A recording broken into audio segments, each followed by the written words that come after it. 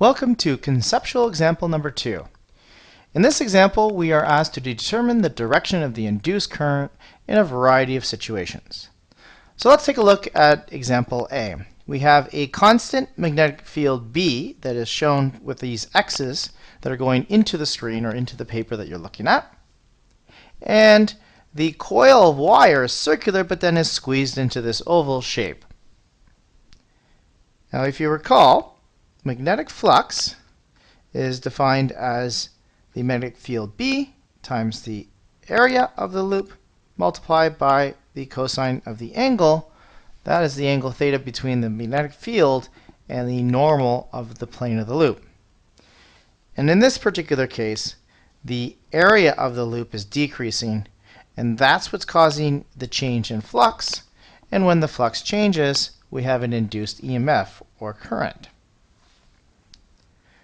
To determine the direction of the induced current, we're going to be utilizing Lenz's law, which states that the direction of any magnetically induced current or EMF is such to oppose the direction of the phenomena causing it.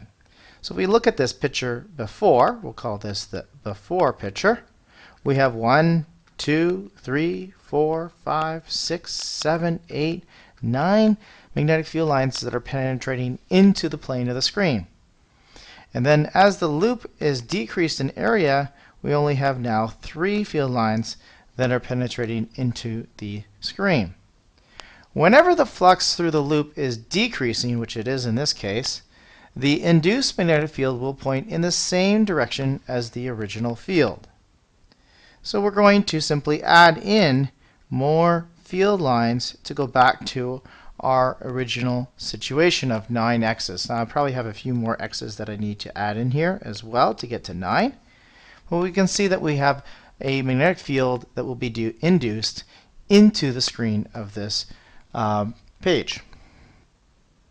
Now, using the right-hand rule, we're going to be pointing our thumb into the screen, same direction as the x's, and our fingers will curl in the clockwise direction.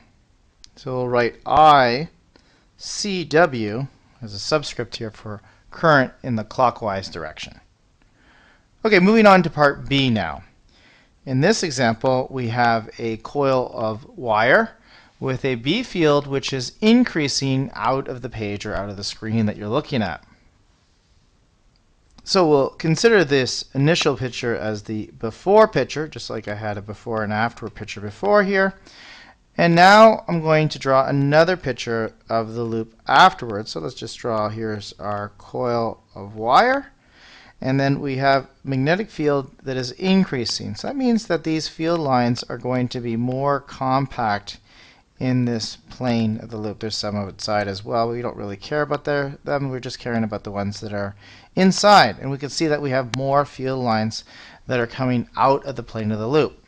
So there's an increase of flux that is occurring out of the plane of the page, and so therefore the loop will then induce a field line to counteract this increase by putting field lines that go into the plane of the page, so that we can have back to our status quo of, say, 4 dots that are coming out.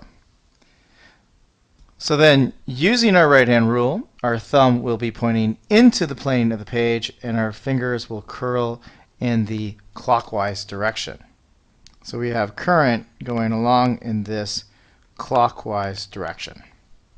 Okay, now moving on to our slide wire that is sliding up. So there's this metal bar that is moving along this U-shaped metal conductor. And the magnetic field B is constant, but is out of the page. So we're going to consider this as our before picture. And then let's draw a quick after picture. And so in our after picture, we see that the bar has moved up further here. And the area of the loop has decreased, just like over in this example here. And because we have a decreasing area, we have a decreasing flux. And whenever there's a decreasing flux, the induced magnetic field will point in the same direction as the original magnetic field.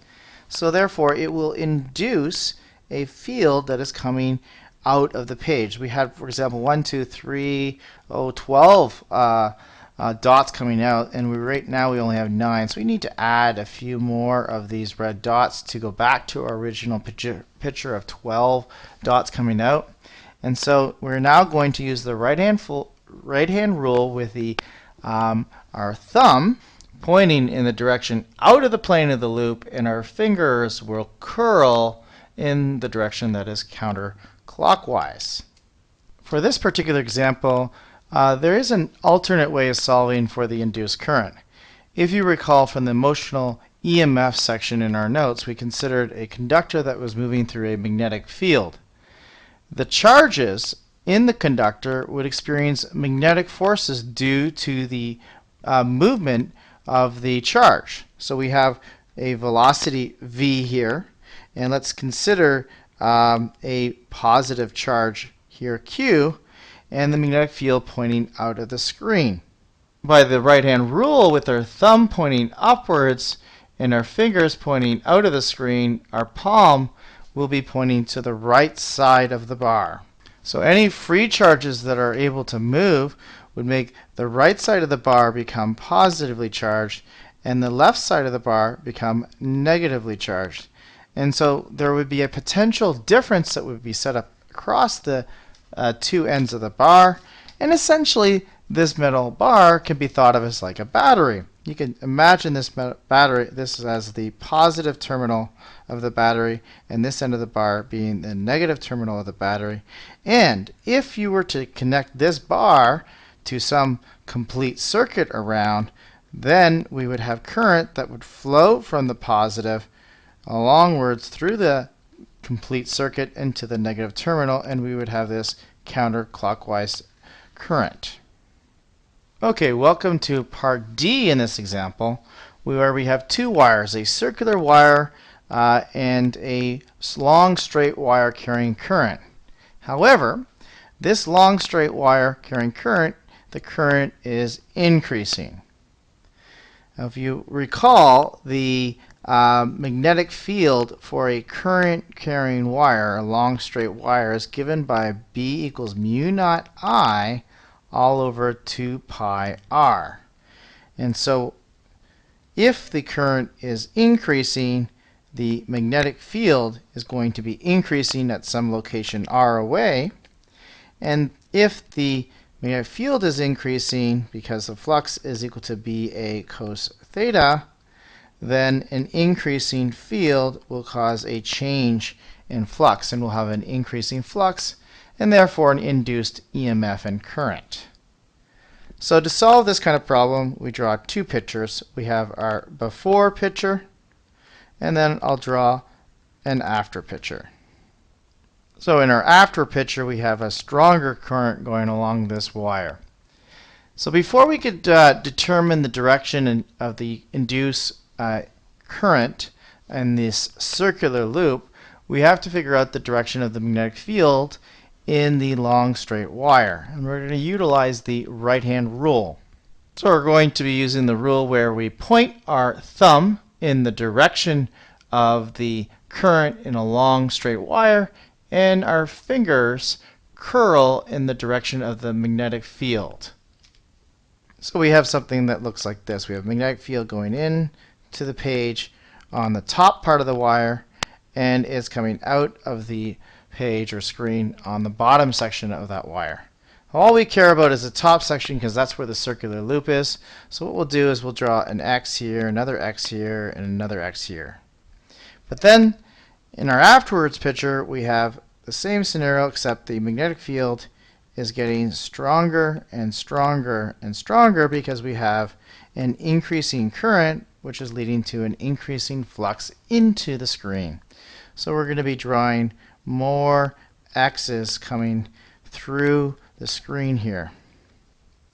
Now, the wire, the loop of wire, is going to counter this change of increasing field into the screen by pushing field lines out. So basically we can put two sort of dots in here. So if we use the right hand rule, our thumb will be pointing out towards U and our fingers will curl in the counterclockwise direction. So I'll write ICCW for counterclockwise. Okay, let's take a look at E now. We have wires that are fixed with a straight wire, wires fixed with a straight wire having a decreasing current I. But, whoa, this example says I is constant. I don't think my diagram is correct. Well, let's say if we were just looking at the diagram, let's take a look at that first. If the current was constant in this long straight wire, what do you think would happen for this circular loop? Well, if the current's not changing and the loop is not moving any further away or closer, then the B field's not changing, and the area is not changing, and the angle's not changing, so there's no change in flux. And if there's no change in flux, then there's not going to be any current that's going to be induced in this loop. But this example is asking for a decreasing current. So let's just change this to I decreasing. So let's draw another picture. So I'm going to call this the before picture, and then we'll call that the after picture. Because the current is decreasing, I'm going to put a bunch of arrows here to say this is a high current, and now this is a lower current in the wire. Then, utilizing the right-hand rule here, we're going to have our thumb pointing down, and our fingers will curl around the wire. So on the left side of that wire, our fingers are going to be pointing into the screen. So I'm going to show my magnetic field lines going into the screen here. Oops, that's supposed to be in here and in here. So we're going to be drawing some X's going through here. And then afterwards, the field lines are weaker, so maybe just one X. So to counter this decrease in field lines, the loop will then create its own field lines going into the page, parallel to the direction of the original magnetic field. Then, using Lenz's law, with our thumb pointing inwards, with our right hand, our fingers will curl in the clockwise direction. So I is clockwise. And let's take a look at part F. Let's say the wire is carrying a steady, constant current moving upwards to the top of the screen, except this loop of wire is now moving closer and closer towards the wire. So we'll call this the before picture. So just write before here. And then we'll draw an after picture as well. So the loop of wire is now closer to this long straight wire. And we first have to figure out the direction of the magnetic field to the left side of this wire.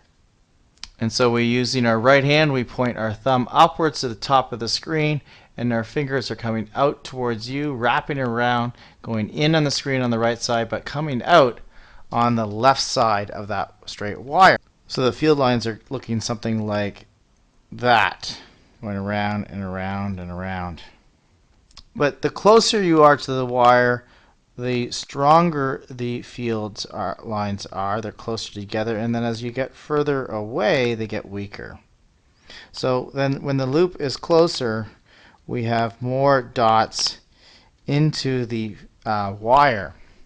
And so therefore, there's an increase of flux coming out of the page. It's going to counter that change, going back to the original status quo of one dot. Going to cancel that out with two X's. And so now we use our right-hand rule, putting our thumb into the page. Our fingers will then therefore curl in the clockwise direction. So we'll write I is clockwise. And that's it for these examples on Lenz's law.